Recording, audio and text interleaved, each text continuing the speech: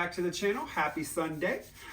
Today I am doing another chaos ribbon swipe, but I think I'm going to go about it a little bit differently this time. Instead of wrecking the areas that don't get swiped, I'm going to leave them alone.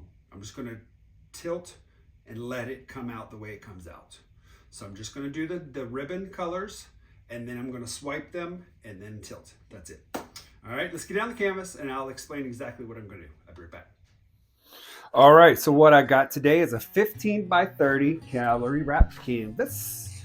And today I'm doing one of my chaos ribbon swipes.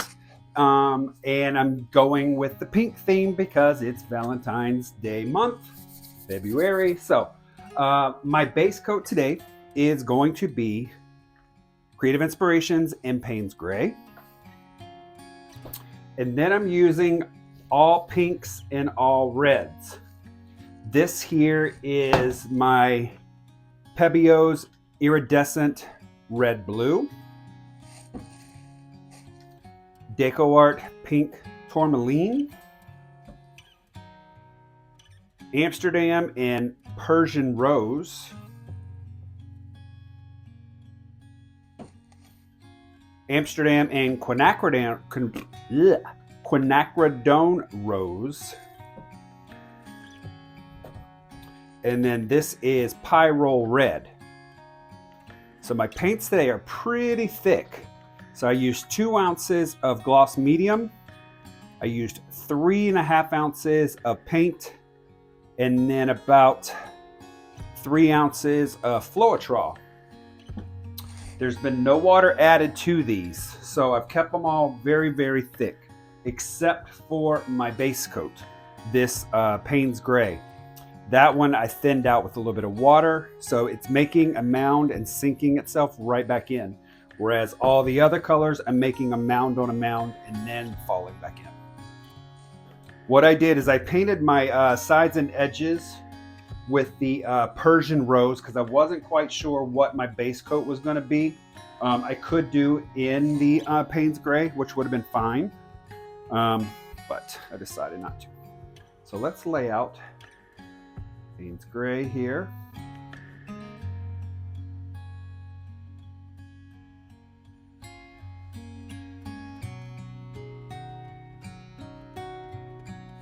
So let's ribbon pour. Let's start with the Pyrolle Red.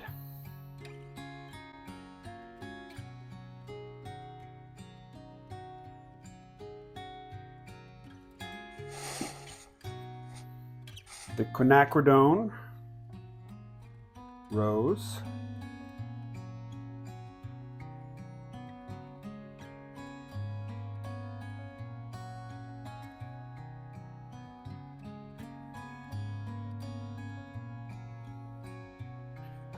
Persian Rose,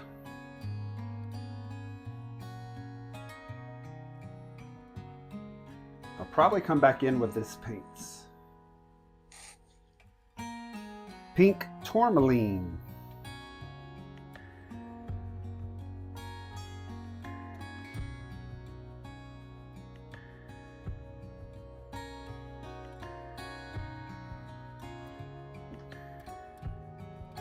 and the Iridescent Blue Red.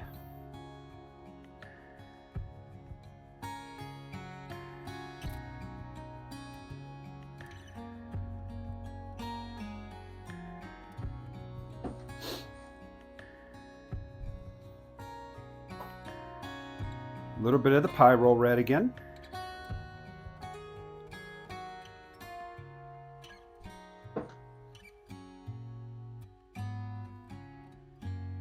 Quinacridone Rose.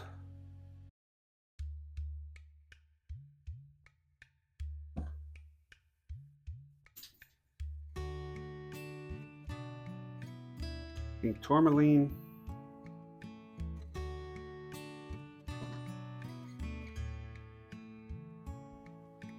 The Violet Blue Red. Iridescent Blue Red.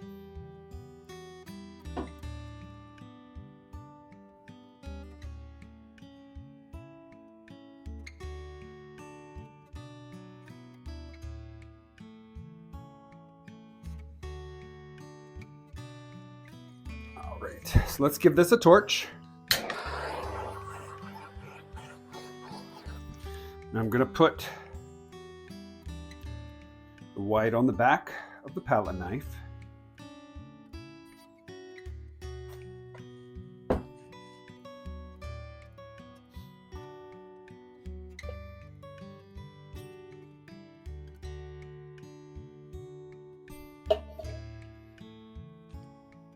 Right here on this edge. Keep the front of the blade up. Swipe right up through here.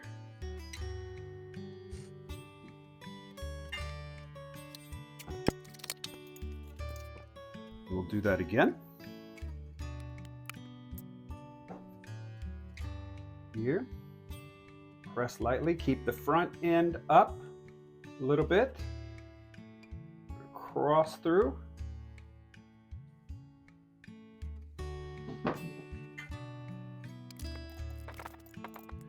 Now I think I want to do one more.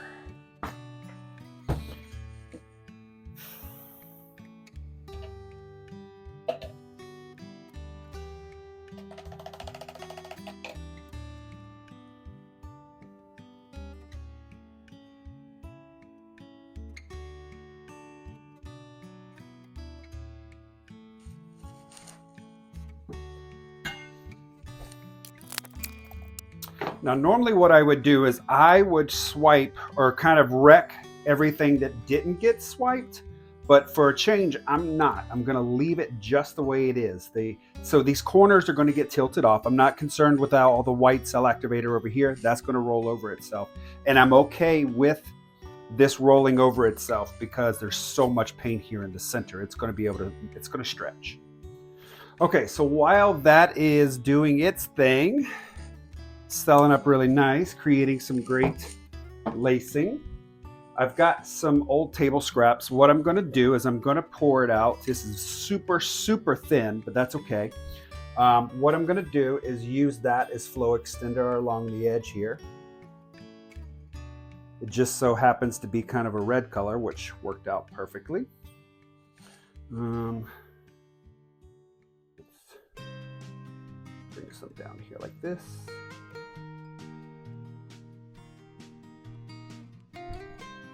And I know all this is corners are going to get tilted off, so that's fine. Let's do another torch.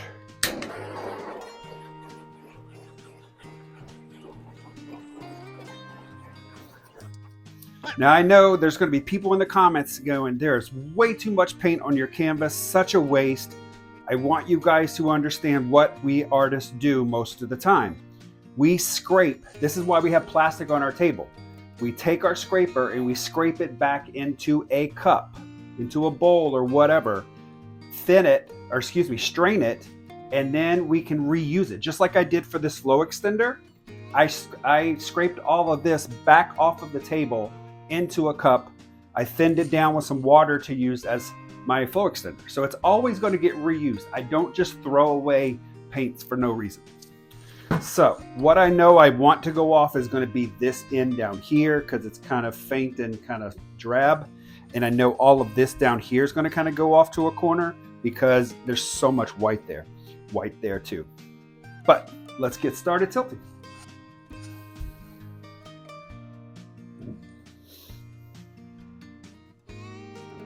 Slowly. You'd want to tilt slowly. That way your cells and things stay intact. They don't get distorted.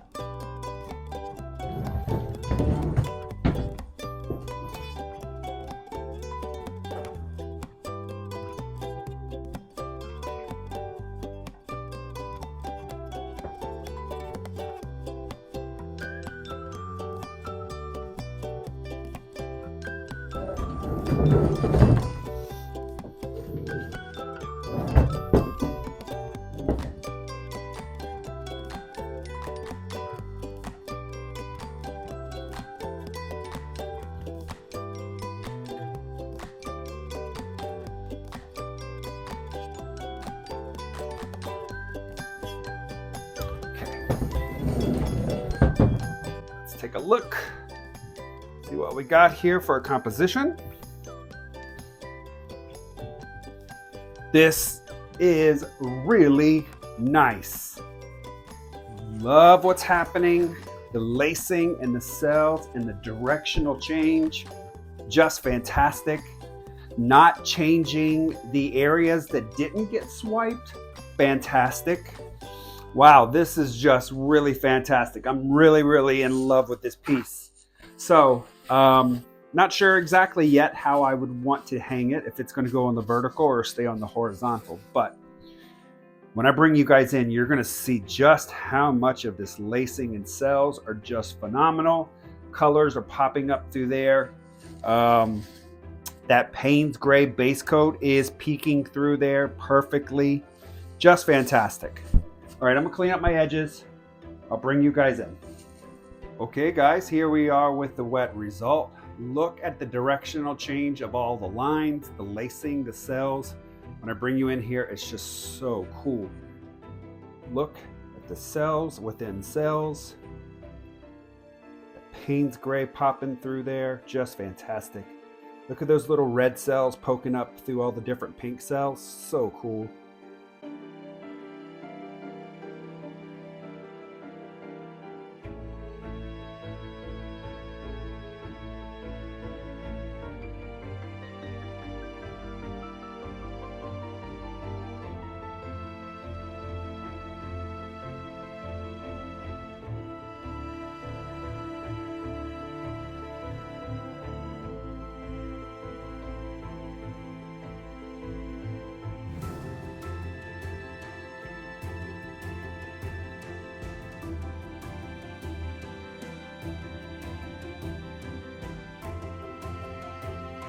All right, let's see this when it's dry. I'll be back. All right, guys, here we are with the dried result. It's super cold outside and it's very windy, so I had to take it down inside the house. So let me show you up close. Dried so nice.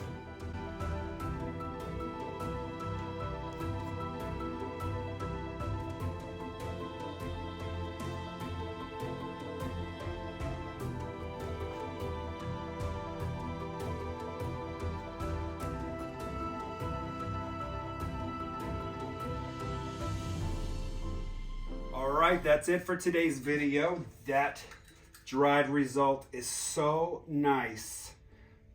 Can definitely go on the horizontal or go on the vertical, but I love the lacing in the cells. I love the areas that did not get wrecked.